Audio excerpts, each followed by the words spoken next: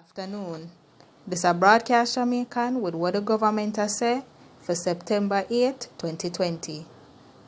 Sake of how the number them a go up, the government are going to tighten up some of the things them where them put in for 2 weeks.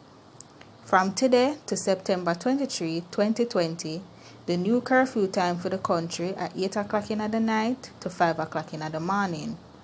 On top of that, the Prime Minister I encourage business where can make people work from them yard for do that if them can.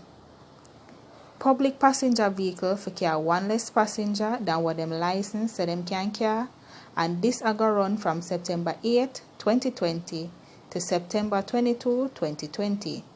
Church where follow the rule them can open up same way. No more 15 somebody not supposed to get up in the church ground, and when church done, only for go home without meet up outside. People over 70 must stand at them yard.